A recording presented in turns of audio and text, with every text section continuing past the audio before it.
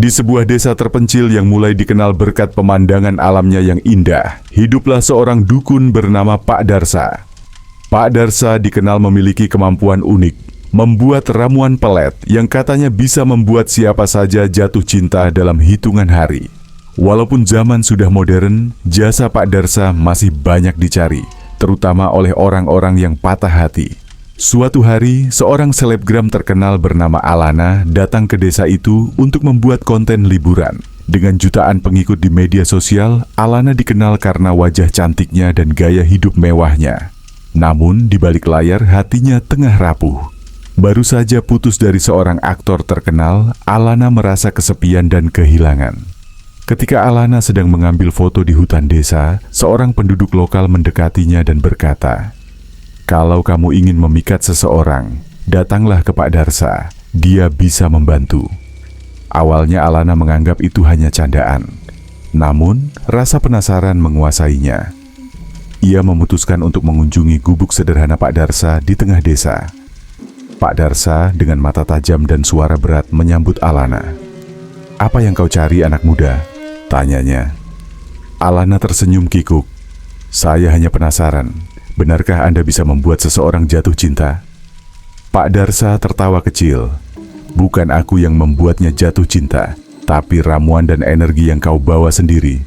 Siapa yang ingin kau pikat?" Alana berpikir sejenak. Dalam hatinya ia ingin mantan kekasihnya kembali. Namun ia juga merasa ragu. Bisa tidak, ramuan itu membuat saya merasa dicintai tanpa harus bergantung pada orang lain? Tanyanya, setengah bercanda.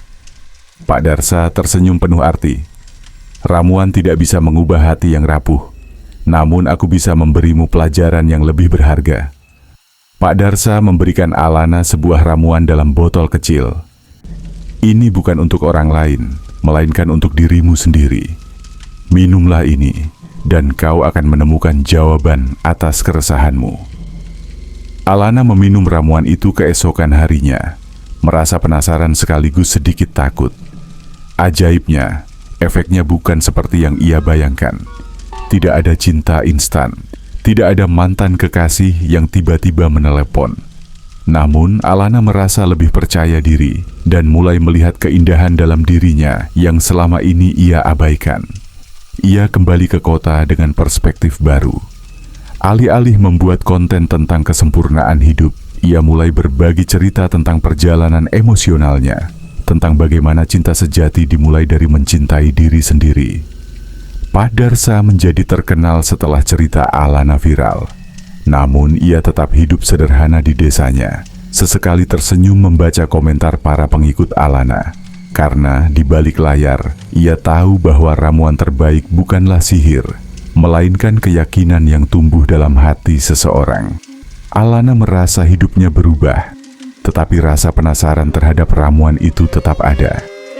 Ia mulai bertanya-tanya, apakah efek percaya diri yang ia rasakan benar-benar berasal dari ramuan atau hanya sugesti semata. Untuk membuktikan keaslian kekuatan Pak Darsa, Alana memutuskan untuk kembali ke desa, kali ini diam-diam tanpa memberitahu siapapun. Namun, sesampainya di desa, suasananya terasa berbeda. Banyak penduduk berbicara dalam bisik-bisik, seolah ada sesuatu yang sedang mereka sembunyikan. Saat bertanya kepada seorang ibu tua di warung kecil, ia mendapat cerita mengejutkan. Pak Darsa akhir-akhir ini banyak dicari orang kota. Mereka datang bukan hanya untuk cinta, tapi juga kekuasaan. Ada yang ingin jadi viral, ada yang ingin bisnisnya sukses, bahkan ada yang ingin lawannya celaka, ujar ibu itu sambil melirik ke arah gubuk Pak Darsa. Alana terkejut. Ia memutuskan untuk menemui Pak Darsa lagi. Ketika ia tiba di gubuk itu, Pak Darsa tampak lebih tua dan lelah dari terakhir kali mereka bertemu. "Kau kembali, Alana," katanya dengan suara berat.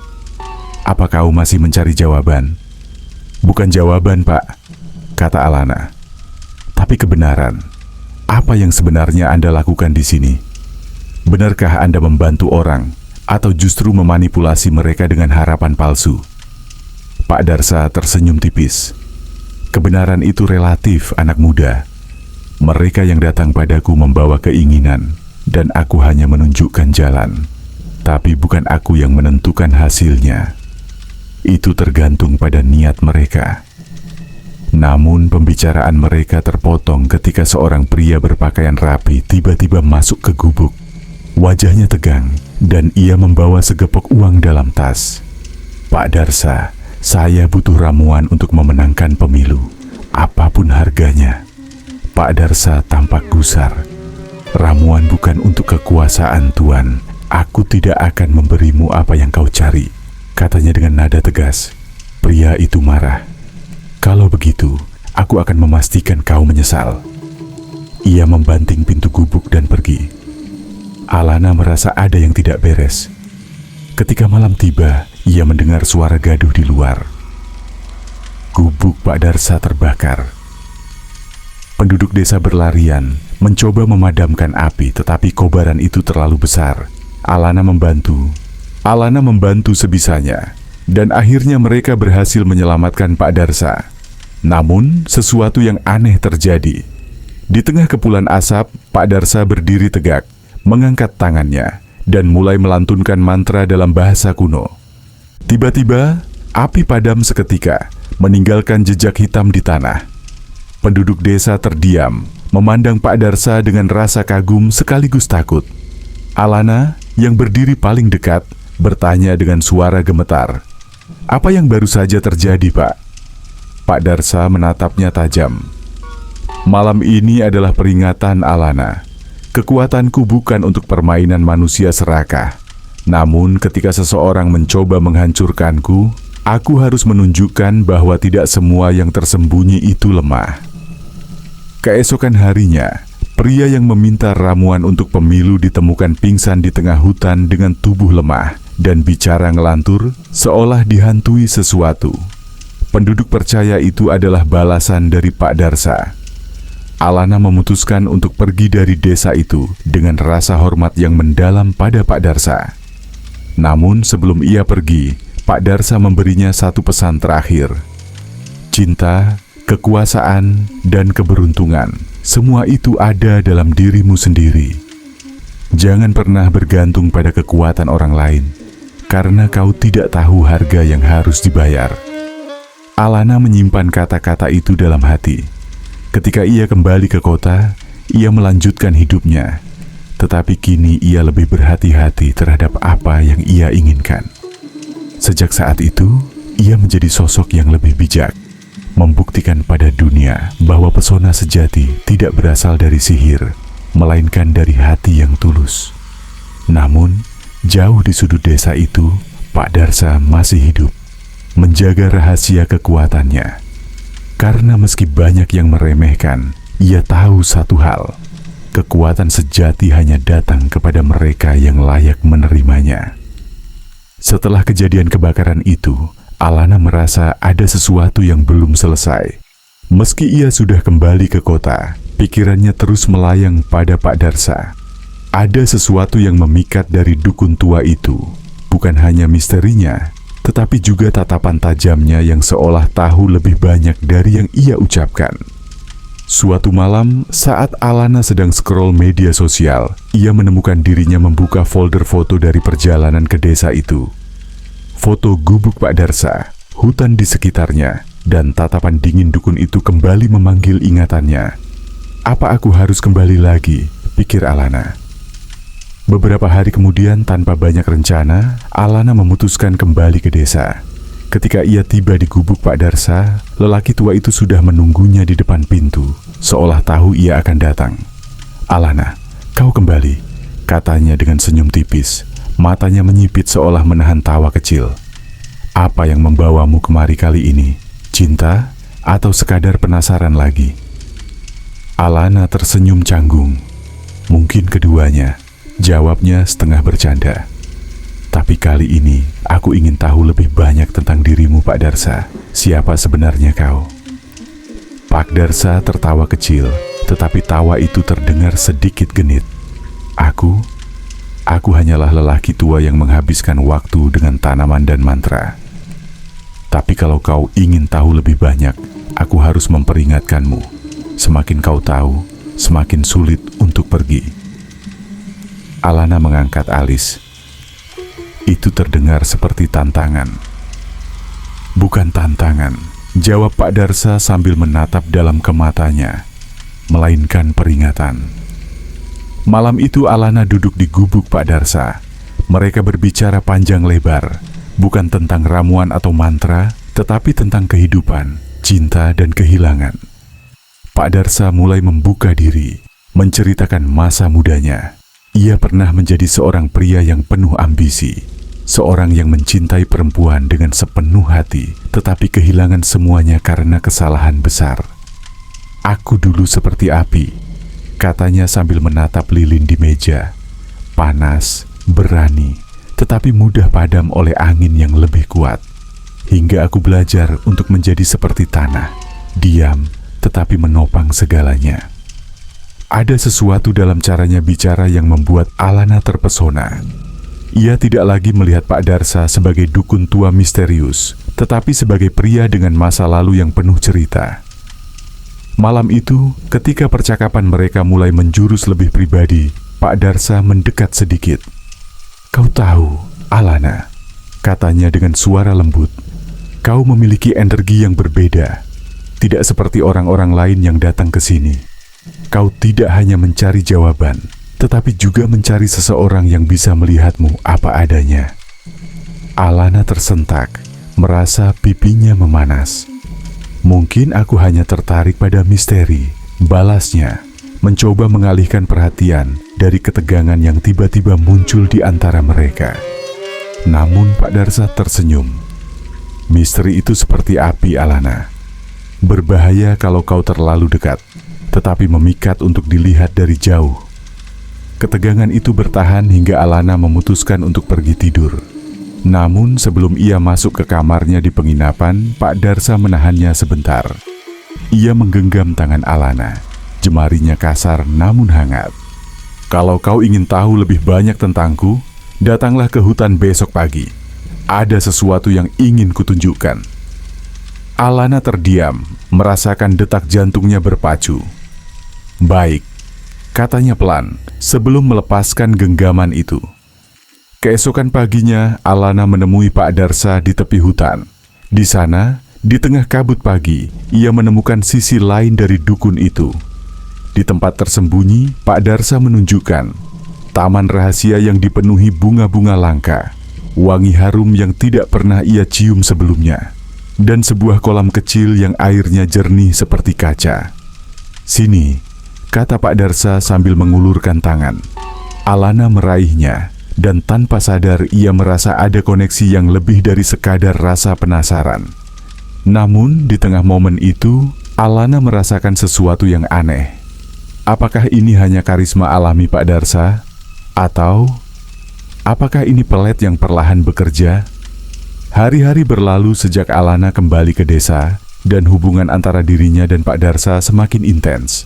Ada sesuatu dalam cara Pak Darsa berbicara yang selalu membuat Alana tertarik.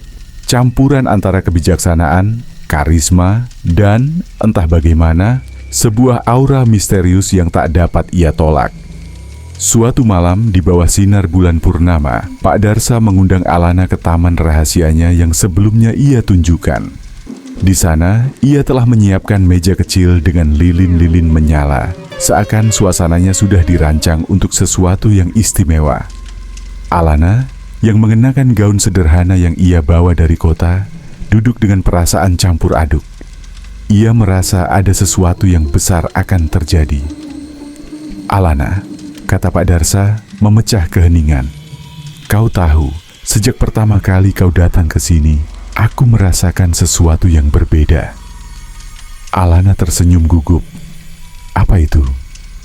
"Kau bukan seperti orang-orang lain yang datang ke tempatku. Mereka datang membawa niat serakah, cinta yang dipaksakan, ambisi yang membutakan, atau dendam yang ingin mereka balas. Tapi kau datang dengan hati yang murni, dengan rasa ingin tahu, dan dengan keberanian untuk melihat dunia apa adanya." Alana merasa pipinya memanas. "Saya hanya orang biasa, Pak. Tidak ada yang istimewa."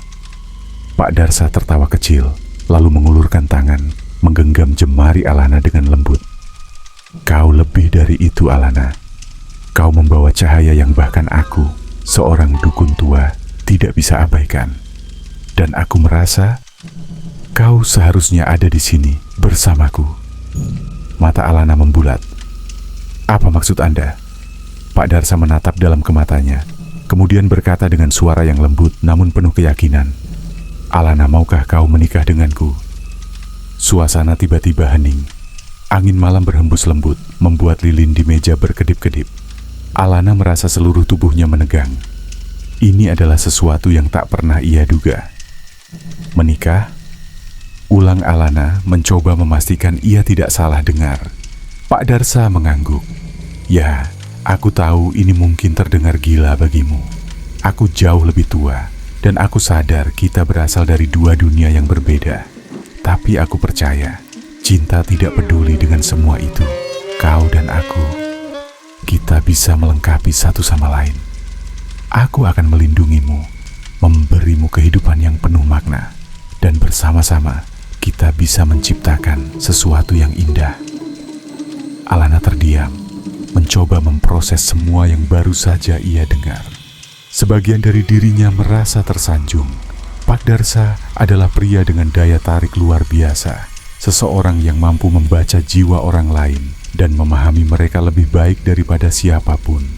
Namun di sisi lain, ia merasa ada sesuatu yang tidak beres. Apa ini? Karena ramuan, tanya Alana dengan suara bergetar. Apa saya sudah terkena pelet yang Anda buat? Pak Darsa tampak terluka mendengar pertanyaan itu. Tidak, Alana. Perasaanku padamu bukan karena ramuan atau mantra apapun. Ini murni. Jika kau merasa hal yang sama, aku akan sangat bersyukur. Tapi jika tidak, aku tidak akan memaksamu. Aku hanya ingin kau tahu bagaimana perasaanku. Alana menarik napas panjang. Ia memandang pria tua itu, mencoba mencari kejujuran di matanya. Dan di sana, ia melihat sesuatu yang tidak bisa ia bantah, ketulusan. Namun, ia juga tahu bahwa jawabannya tidak bisa diberikan dengan mudah. Pak Darsa, ini terlalu mendadak. Saya butuh waktu untuk memikirkan ini. Pak Darsa mengangguk pelan, seolah sudah menduga jawaban itu. Ambillah waktu sebanyak yang kau butuhkan, tapi ketahuilah Alana, aku tidak akan pernah memaksamu. Hati ini akan selalu terbuka untukmu. Malam itu, Alana kembali ke penginapan dengan perasaan campur aduk. Di satu sisi, ia merasa tersentuh oleh ketulusan Pak Darsa. Namun di sisi lain, ada keraguan besar. Mungkinkah cinta ini nyata? Ataukah ini